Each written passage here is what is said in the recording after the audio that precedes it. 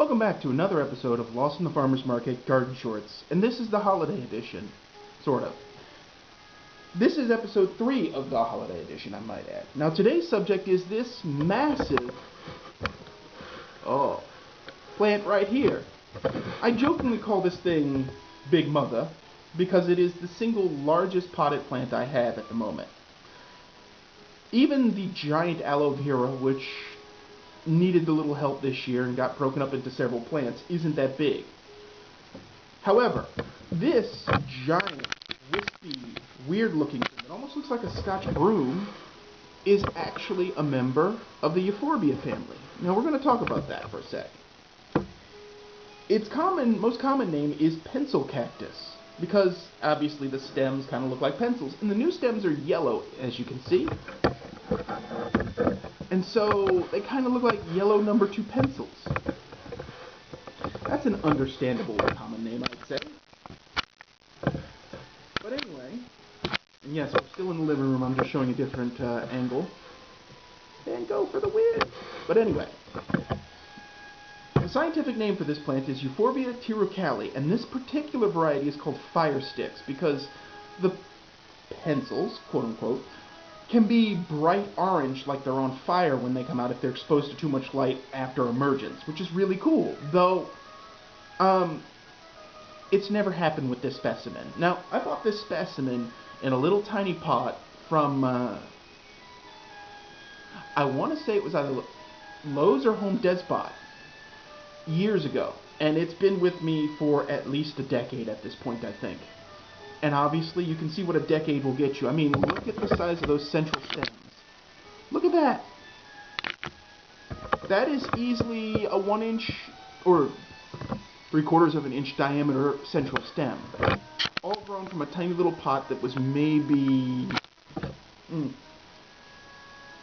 2.5 inches diameter tops from some poorly rooted cuttings that came from some random grower that, big box tends to buy from. Well, let's get into the details here, because, I mean, this is obviously a good specimen, even if it is a little lopsided. It's leaning against the window, so you are seeing that correctly. Now, pencil cactuses are originally from parts of Africa. In our climate, they are hardy in the ground from zones 11 to 12 and some parts of zone 10, selectively speaking. They prefer a sandy, low-fertility soils because in their native environment they'd be growing in a sort of poor-quality, semi-clayey soil, though potting soil would do just fine, especially if it has good drainage. In cultivation, they're real easy. I mean, this thing has been repotted maybe twice. It was repotted at the same time the mega aloe was, and it's still growing in that same soil, though I add a little worm compost to the topsoil to mimic natural deposits of, nutrient-rich soil. The exposure for them is full sun, though in the southeast I would say a little protection from afternoon sun, and you want to slowly introduce it so that it gets used to what it's encountering. The height of a mature one in the ground in its native climate or in a zone where you could be planted in the ground is 20 to 30 feet, with a width of 6 to 10 feet. As you can see with this specimen, that's entirely believable, and if you go online and look at pictures of mature ones of these, they're full-on trees. It's amazing. Honestly, if it were warm enough, I'd plant one in the front yard and take down one of those dogwoods. Bleh, dogwoods. That's a whole nother issue. I'll get into it some later thing. But anyway, the common names for this plant are Avalose, Indian tree spurge, naked lady, oh my, pencil tree, milk bush, and petroleum plant. I think you know where that last one's going. It's called milk bush because it is a euphorbia and it produces a milky sap, which is poisonous and caustic. Indian tree spurge, well, of course they're going to call it a tree spurge, go figure. Naked lady? I'm not seeing that. I mean, honestly, if you're out there in the wilderness and you see a naked lady in this plant, son, you might have some serious problems. Avalose. I don't know where it comes from. I don't know who named it. There was very little information stuck to that one, but apparently it's a nickname for this plant. So I'll take it at face value. Now, here's an interesting fact about all of Euphorbia before I move into the facts about this. It is believed that euphorbias were named for Euphorbus, the physician to the king of Mauritania.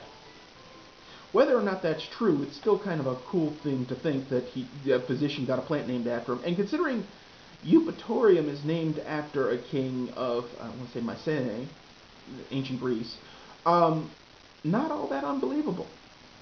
Now, as I said, the milky sap is toxic. I've explained that it basically has a terpene-type compound and a few other things that make it particularly noxious, and that it can cause dermatitis that is agitated by exposure to sunlight. So you have to be kind of careful handling this plant. Now, what's interesting is that the latex can be used as a fuel. Melvin Calvin, a chemist, proposed using this plant for a biofuel. He theorized that it would be 10 to 50 barrels of fuel per acre of this plant grown in an orchard style.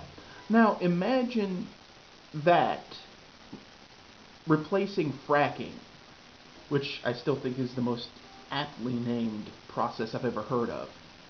You Battlestar Galactica folks out there will understand the reference. But anyway, imagine growing your fuel instead of pumping it out of the earth. Imagine not needing oil derricks that leak and catch on fire. That would be great, in my opinion.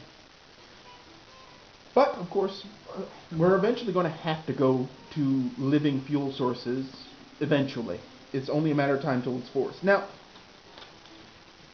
interestingly, the Brazilian petrol company, Petrobras, has experimented with this plant as a biofuel in the 1980s.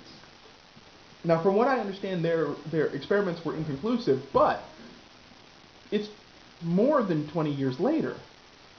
In fact, let's see. Yeah, it's like 40 years later, almost. No. Yeah, almost. So, I mean, when you think about that, really, with our current technology, we might be able to pull it off, especially with the advancements in biofuel that we've had due to oil shortages and so forth and so on. Conceivably, this could be the next big thing if there was enough money and investment behind it. The problem is, of course, people have lobbies and political this and political that. I mean, look at the fight we have over wind turbines. Now, why is this plant here? Well, firstly, it's an interesting plant to give to someone because it's unique, it's simplistic, it doesn't produce leaf litter. You can see it has tiny, well, you can't really see them, they're tiny. It has tiny little leaves. Oh, there we go, there's a good one. See those little protrusions? Those little yellow protrusions? Those are tiny leaves. Its flowers are inconspicuous and small, aren't really a problem. It doesn't attract pests, it doesn't get aphids, it doesn't get disease. Its only weakness is overwatering, which, I mean, again, benign neglect. And when you get one to the size that I've got one, you might have to put it on a little rolly tray like that. Oh, such a crap. But still, this is a plant I definitely recommend as a gift. If you can get a decent-sized one, then go for it. But if you can get a bunch of little ones and pack them together in a larger pot, go for it. It's easy. It doesn't really require much. I mean, this plant goes out for the summer on my front porch every year. And once it does, those little stem tips start turning colors. And it's really neat. Though, not so fire sticks. But anyway, I recommend this for a Christmas present. In the next episode, we're going to have some other interesting stuff. But beyond that, as always, folks, keep them growing. And I hope you enjoyed this spotlight on the Euphorbia family that aren't poinsettias. Bleh.